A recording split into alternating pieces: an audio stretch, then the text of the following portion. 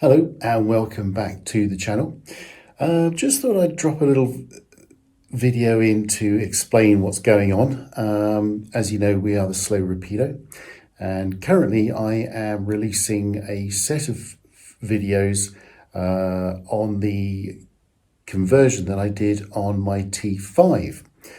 Before we had the Rapido, we had a T5 VW transporter, which I refitted, and this was a series of videos that I made some years ago, just to document the change in the interior and how that went.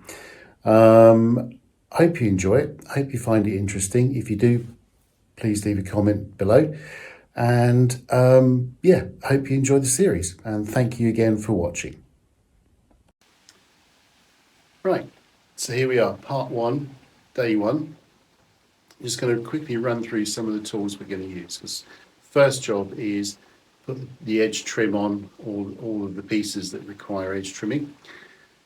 To do that, we are going to use a Thor glazing hammer, and what I've done is I've just refaced the edge that I'm going to use on the trim, because I don't want horrible black oily greasy marks on it, because I've used this for other things as well.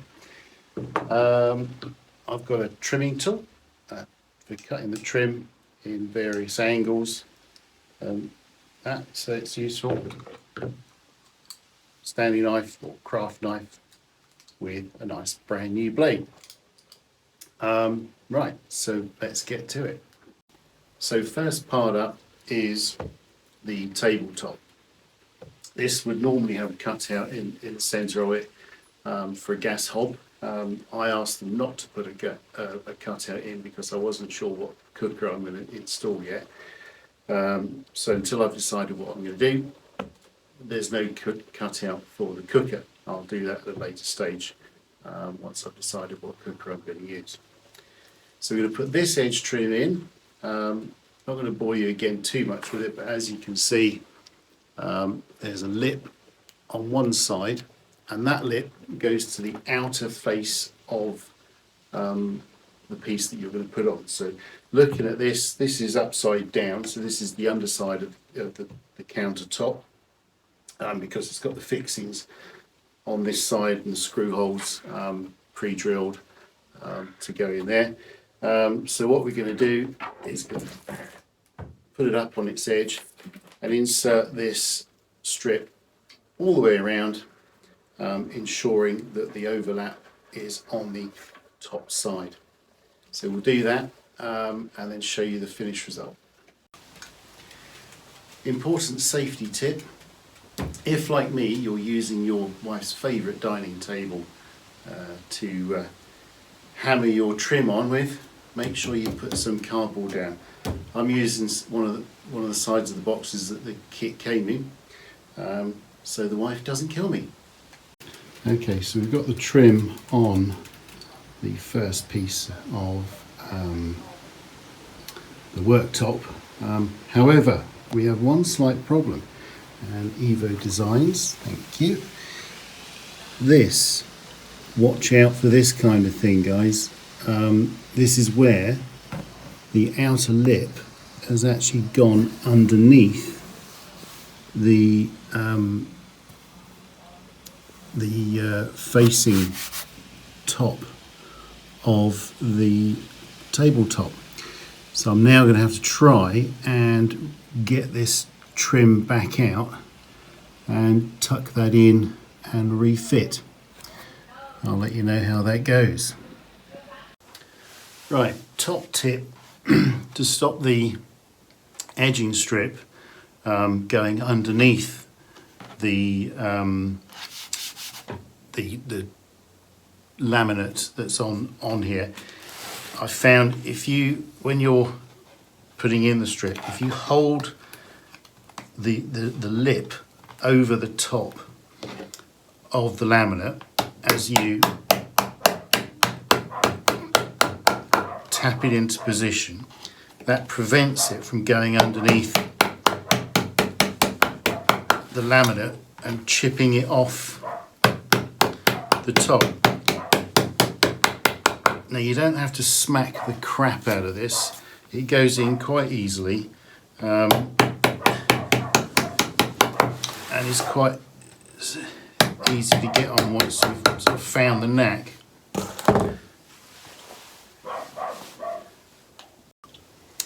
Right, now with the corners, simply get your Stanley knife, find where the centre of the corner is, and then make a series of little V cuts in the tongue that goes in.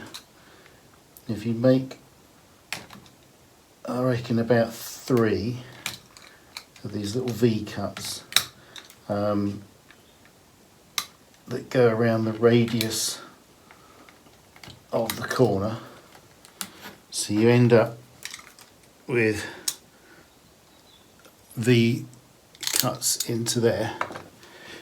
And as you tap that in around the corner, making sure that you hold it over the top, that goes in and makes a nice neat corner, like so. And as I say, you haven't got to beat the living daylights out of this.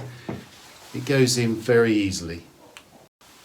Okay, so coming up to the end, we've trimmed the edge about 2 millimeters longer than is needed to get to the edge, and this puts in a bit of play in there. Start at the cut edge and then work your way back like so, and then you have a nice neat join, and that is the table finished. So all these little bits that have a groove in all need to have edging tape on.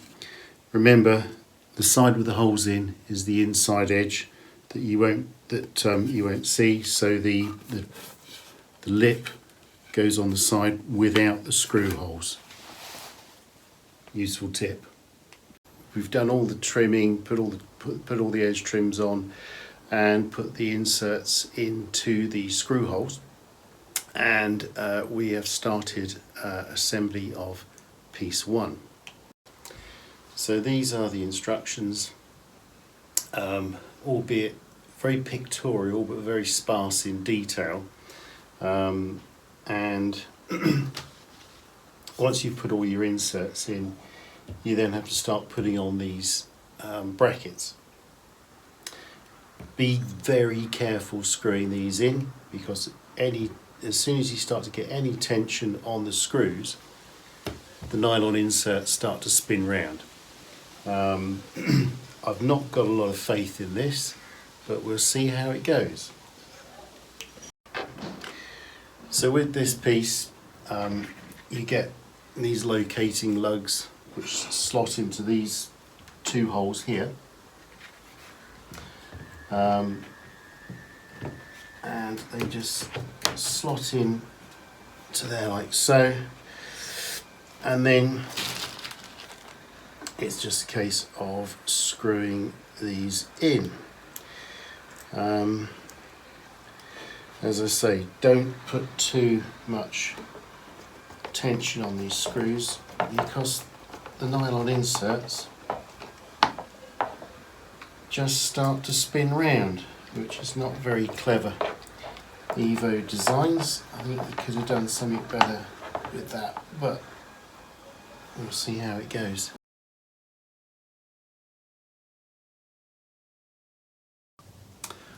Hi, so as you can see, most of the kit now is assembled.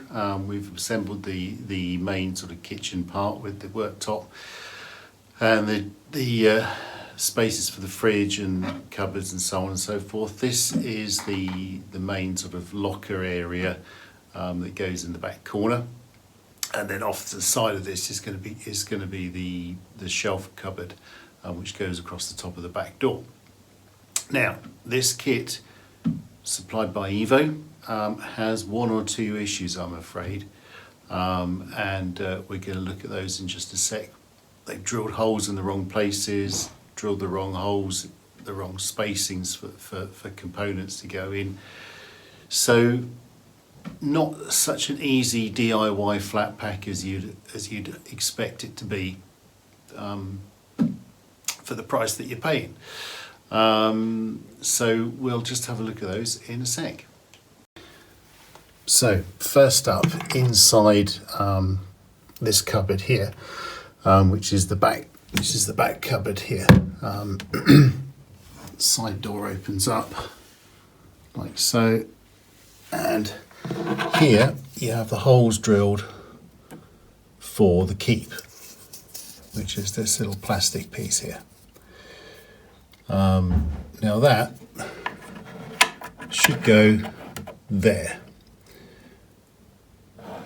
That should go there, but as you can see, the hole spacings are completely wrong. This has happened on another cupboard as well, and what I've had to do is remove the plastic inserts, make a wooden dowel, fill that with glue and dowel in the holes, and then re-drill new holes to take this. Not what you expect. It's a CNC program that cuts these things. You'd expect them all to be exactly 100% perfect every time, but sadly not the case. So just another little niggle, and it is only a little niggle, but it's me and I like things perfect. This door won't shut completely flush. You can see there it overlaps. It won't shut completely flush, and you can't adjust it to shut flush because it comes up tight to the shelf inside. So you just got to live with that one. Yeah, not a lot you can do about that really without adjusting the shelf completely, and that ain't going to happen. Right, so I've taken that door off, and I'm going to show you how I do the repair to make the door catch fit properly. So these are the two offending items. So the easiest way to do this, I've found, is to pop a screw into the insert, just gently like so, and then get yourself a pair of pliers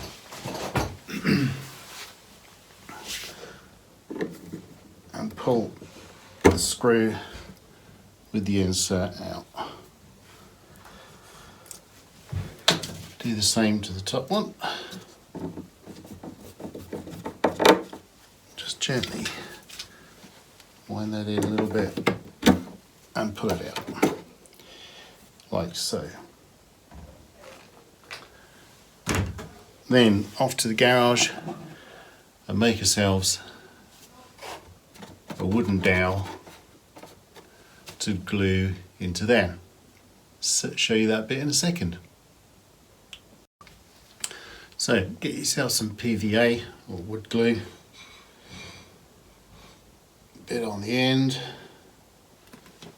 of your dowel up to the hole, and then using a hammer drive that in,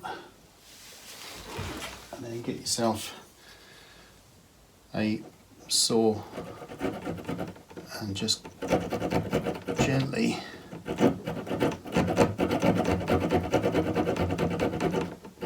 trim that back. Oops.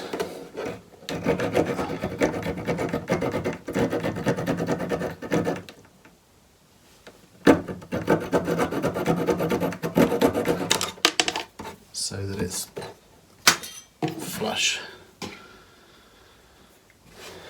And then do the same again with the top hole, like so.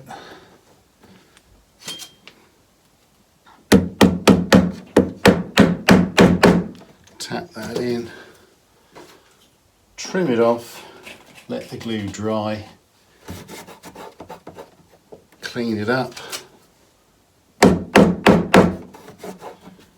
and then you can re-drill your holes in the right places.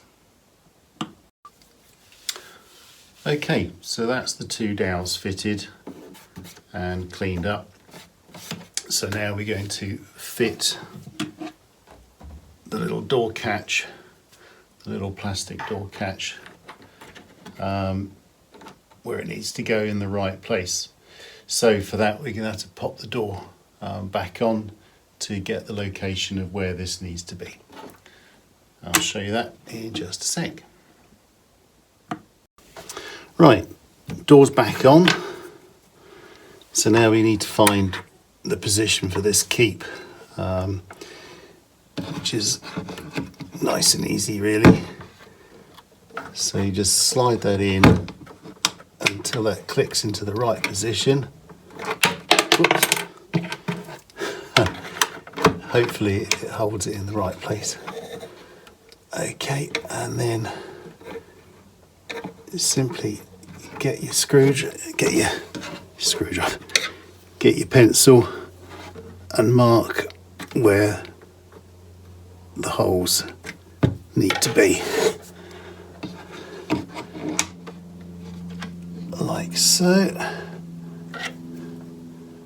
So find the centre and mark the hole there and there. So that forward pencil mark there and that one there. You can see why we had to dowel the hole, because the hole is right where we need, right where on the edge of where the hole was wrongly drilled. So we needed to fill that in anyway. So let's drill those out. So with a drill, with a little fine, it's about a 1mm drill bit, we'll just pilot those holes. Be careful not to go all the way through, obviously. So just put a little pilot hole in there,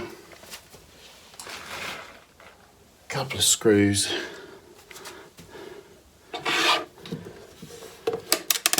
whoops, and then put the door latch in,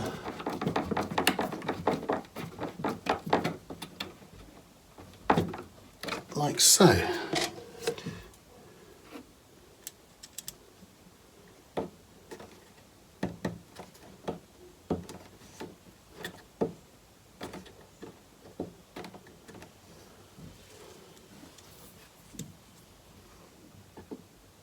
Actually, I'm going to check that position.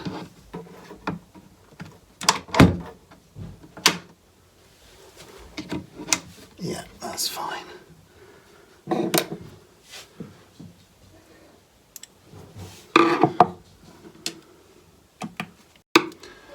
Right, so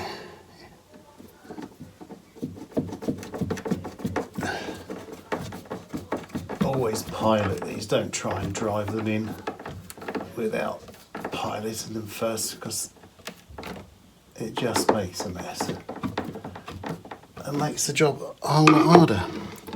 So there it is. Let's get that straightened up, like so, and that's it, latched in. Yeah.